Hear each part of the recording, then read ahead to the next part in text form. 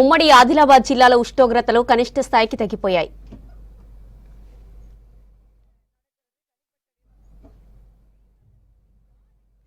ఆర్లీ గిన్నెధారిలో ప్రాంతాల్లో 8 డిగ్రీల కనిష్ట ఉష్ణోగ్రతలు నమోదయ్యాయి. పెరుగుతున్న చలి జిల్లా వాసులను చలి గజగజ వణికిస్తుంది.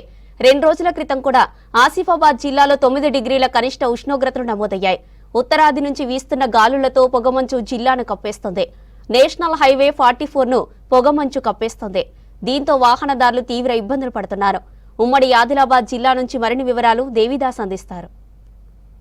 ఉత్తర దక్షిణ భారతానికి వారధిగా ఉన్న ఆదిలాబాద్ జిల్లాలో రోజు రోజుకు కనిష్ట ఉష్ణోగ్రతలు పడిపోతున్నాయి. రికార్డు స్థాయిలో కనిష్ట ఉష్ణోగ్రతలు నమోదు కావడంతో చలి తీవ్రత పెరుగుతుందని చెప్పవచ్చు. ఆదిలాబాద్ జిల్లా భీంపూర్ మండలం అర్లీలో ఈరోజు 8.8 డిగ్రీల కనిష్ట ఉష్ణోగ్రతలు నమోదాయి. దీంతో ఆదిలాబాద్ జిల్లా గజగజ వణుకుతున్న పరిస్థితి ఉంది. ప్రస్తుతం మనం ఆదిలాబాద్ జిల్లా కేంద్రంలోనే ఇక్కడ వాకర్స్ ట్రాక్ లో చూడొచ్చు. ఆ వాకర్స్ సంఖ్య గణనీయంగా తగ్గిపోయింది. ఉమ్మడి ఆదిలాబాద్ జిల్లాలో గత ఈ వారం రోజులుగా 12 డిగ్రీల నుంచి 8.8 డిగ్రీల కనిష్ట ఉష్ణోగ్రతలు నమోదైన పరిస్థితి ఉంది. ఈసారి చలికాలంలో ఆరంభంలోనే రికార్డు స్థాయిలో కనిష్ట ఉష్ణోగ్రతలు నమోదు కావడంతో వృద్ధులు, చిన్నారులు, ప్రజలు అవస్థలు పడుతున్న పరిస్థితి ఉంది. మనం ఇక్కడ స్థానికులు కొంతమంది ఉన్నారు. సార్ చెప్పండి, ఈసారి జిల్లాలో చలి పరిస్థితి ఎట్లా ఉంది? ఇటువంటి కనిష్టమైనటువంటి ఉష్ణోగ్రత నమోదు అవుతూనే ఉంటుంది. ఎందుకంటే చుట్టూ అడవులు, గలగలపాలి, సెరేటి యొక్క సవడ్లు ఇవన్నీ కూడా కనువిందు చేయడం ఒకవైపు అయితే, రెండో వైపు ఇక్కడ 5 డిగ్రీల వరకు కూడా కనిష్ట ఉష్ణోగ్రత పడిపోతుంది. కానీ ఇంత తొందరగా పడిపోయేది కాదు.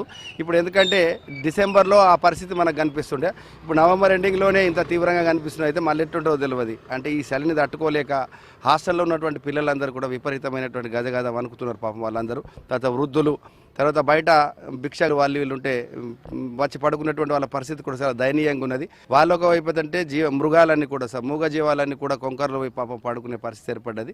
కానీ ప్రభుత్వం దీనికి ఏం చేయకపోయినా కూడా కొంత ఉపశమనాన్ని కలిగించవచ్చు. వృద్ధులకు కానీ మిగతా వాళ్ళకి కానీ దుప్పట్ల పంపిణీ కానీ అట్లాంటివి కానీ చేసినట్లే కొంతవరకు ఈ చలి తీవ్రత నుంచి కాపాడేటువంటి వాళ్ళు అవుతారని చెప్పి భావిస్తున్నాయి. వాకర్స్ సంఖ్య తగ్గిందా ఎట్లా ఉంది?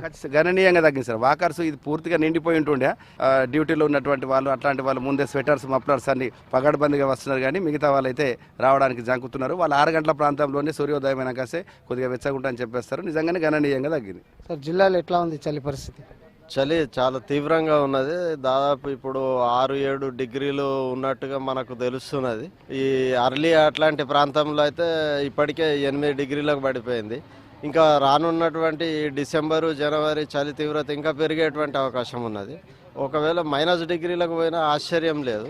అంటే నీరు గడ్డగట్టుకుపోయేటువంటి పరిస్థితి. సో ఇది ఉత్తర భారతం నుండి వీస్తున్నటువంటి చలిగాలు, తర్వాత ఆదిలాబాద్ యొక్క ఈ భౌగోళిక పరిస్థితుల యొక్క ప్రభావం వల్ల పెరుగుతున్నటువంటి చలి తీవ్రత ఇది రానున్నటువంటి కాలంలో మరి ఇంకా ఎక్కువగా పెరిగేటువంటి అవకాశం ఉన్నది. జిల్లాలో ఉష్ణోగ్రతలకు ఈ విభిన్న మార్పులకు కారణం ఏంటి సార్? అంటే ఇది గ్లోబల్ వార్మింగ్ ఒకటి, భౌగోళికంగా అడవుల విస్తీర్ణం చాలా ఎక్కువగా ఉండే, ఇప్పుడు తగ్గిపోయింది. ఇది కూడా కొంత ఈ చలికి కారణమవుతూ ఉన్నది. ఈ విశాలమైనటువంటి మైదాన ప్రాంతాలు కూడా ఆదిలాబాద్ జిల్లాలో ఎక్కువగా ఉన్నాయి కాబట్టి ఈ చలికి ఎక్కువ కారణమవుతున్నది. దీంతో వృద్ధులు, పిల్లలు, తర్వాత హాస్టళ్లలో ఉండేటువంటి విద్యార్థులు తీవ్ర ప్రభావానికి మనం లోనవుతున్నారని చెప్పచ్చు. సో ఇది రానున్న కాలంలో పెరుగుతుంది కాబట్టి ప్రభుత్వం కూడా ముఖ్యంగా హాస్టల్లో, ఆశ్రమ పాఠశాలలో ఉండేటువంటి విద్యార్థుల పట్ల కొంచెం జాగ్రత్త తీసుకోవాలి కంపల్సరీగా. వాళ్ళ కిటికీలు బంద్ చేయించడం కానీ, తర్వాత వాళ్ళకు ఈ బ్లాంకెట్స్ కానీ, తర్వాత ఇవి సప్లై చేయడము, వేడి నీటి సౌకర్యం కల్పించడము అట్లాంటివి చేయాల్సినటువంటి అవసరం ఉంది. ఉమ్మడి ఆదిలాబాద్ జిల్లాలో ఏజెన్సీ ప్రాంతాల్లోని హాస్టళ్లలో విద్యార్థులు చలితో తీవ్ర అవస్థలు పడుతున్న పరిస్థితి కనిపిస్తుంది. రోజు రోజుకు కనిష్ట ఉష్ణోగ్రతలు పడిపోవడంతో జిల్లా వ్యాప్తంగా చలి తీవ్రత పెరుగుతుందని చెప్పవచ్చు. ప్రధానంగా ఈ ఉష్ణోగ్రతల మార్పుకు కారణం గ్లోబల్ వార్మింగ్తోనే మార్పులు చోటు చేసుకుంటున్నాయని స్థానికులు చెప్తున్న పరిస్థితి ఉంది. ఈసారి వేసవి కాలంలో 49 డిగ్రీల గరిష్ట ఉష్ణోగ్రతలు నమోదాయి. అలాగే వర్షాకాలంలో సాధారణ వర్షపాతం కంటే 20% అధికంగానే వర్షపాతం నమోదైంది. అలాగే ఈ చలికాలం ఆరంభంలోనే కనిష్ట ఉష్ణోగ్రతలు పడిపోవడంతో చలి తీవ్రత పెరుగుతుందని చెప్పవచ్చు.